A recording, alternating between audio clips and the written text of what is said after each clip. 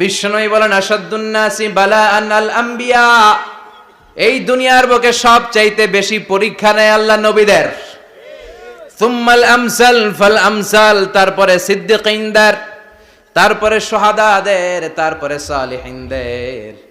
ইবতালার রাজুলু আলা হাসাবি দীনিহি, যেই ব্যক্তির দিনদারি বেশি তার জীবনে পরীক্ষাও। বিশ্বনবীর আল্লাহ সান্ত্বনা দিচ্ছেন, নবী ওরা আপনারে গণক বলে, ওরা আপনারে জাদুকর বলে, ওরা আপনারে কবি বলে, ওরা আপনারে পাগল বলে, কিন্তু আপনি হতাশ হবেন না। একটার পর একটা পরীক্ষা আপনার উপর চেপে বসেছে, এগুলো দেখে ভয় পাওয়ার কোনো কারণ নাই, কারণ মুমিন ভয় পায় না। চিল্লায় এখন ঠিক কিনা? ও নবী, আপনি বিচলিত হবেন না, হতাশ হবেন না। আপনার আগে যেই নবীরা ছিল তাদের জীবনেও পরীক্ষা ছিল কি ছিল না? আমি আমার খলিল ইব্রাহিমকে অনেকগুলো পরীক্ষা নিয়ে